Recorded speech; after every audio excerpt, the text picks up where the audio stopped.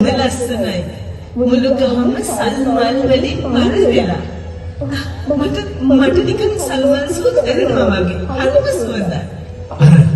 ඒ ඇසලි මතුවෙන්නේ සමනක් රැස් විහිදවන දල යුගලක් ඇති චත්තන්ත කුලේ ඇත්රාජයයි ඔහුගේ පිසෝවලි.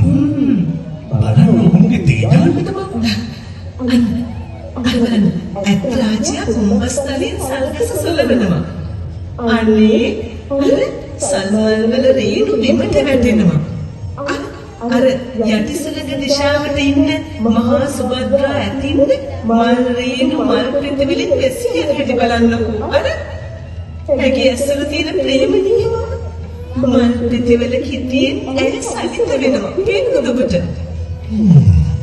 නත්තර මුදුසුලක දිහාවට සිටින චූල සුභද්‍රාගේ එකට මොනවද වෙන්නේ? දේවියනේ ඒ වැටෙන්නේ මේ කොළරොඩු අතු කැබලි ආදිය නේද? අනේ ඒ අතර දෙන්නෙකුට වෙලා තියෙනවා. අයියෝ ඇගේ කොරාම විසිරෙනවා. ඇය තදලන්නේ වේදනාවෙන් මිය යුතුයි. අනේ චූල සුභද්‍රාවගේ දෙනත් වලින් කඳුළු වැగిරෙනවා. පේනවද?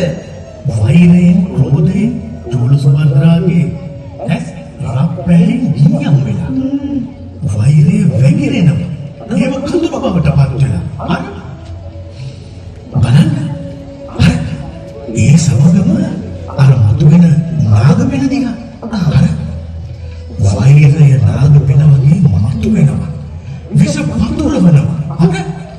බලන්න පින්වතුනි, ඒ වෛරී නාගපෙන අතුරුදන් වුණාට පසු සුපිපෙන සුවඳක් නියුමයි.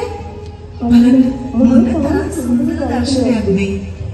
හිතට දැනෙන්නේ මොන තරම් අහන්න හැඟුමක්ද නේද? ඇත්තමයි. කොහොම හිතන්නද? අපි හැමදාම දකින සාමාන්‍ය තොරණ අතරේ මේ වගේ ආශ්චර්යජනක සිදුවීම් ගැන තොරණ ඉදිමයි කියලා අපි කොහොමද හිතන්නේ? අපි මේ හිතුවේ නෑ නේද කවදාවත්? ඒකනේ. අපි එකදී ගමන මුළු මාලිකාවම ගිනියම් රත්නයකින් පවරනවා. මට මතක් වෙනවා එදා සල්ගසලකදී චූල සුභද්‍රාවගේ නෙත් දෙක. එදා ඇස් දෙක වෛරයෙන් රත්න වෙලා තිබුණේ ඔය විදිහටමයි. මතකද ඔබට? ඇත්තටම අපි මේ ඉන්නේ විසතුරක් බලන්න. එහෙම නැත්නම් මේ වගේ ආශ්චර්යජනක දේවල් සිදු වෙන වෙන ලෝකයකද? නෑ. අපි මේ ඉන්නේ අපේ රට ආශ්චර්යජනක රසයකින් රසවත් කළ පොරණ වාසනා බේකර්ස් අධිපති දේශපාලන දයානන්ද ගෝංගල මැතිතුමාගේ පූර්ණ මුල්‍ය දායකත්වයෙන් ඉදිකෙරුණු කලුතර වෙසක් තොරලක්. ඔබට බලන්න.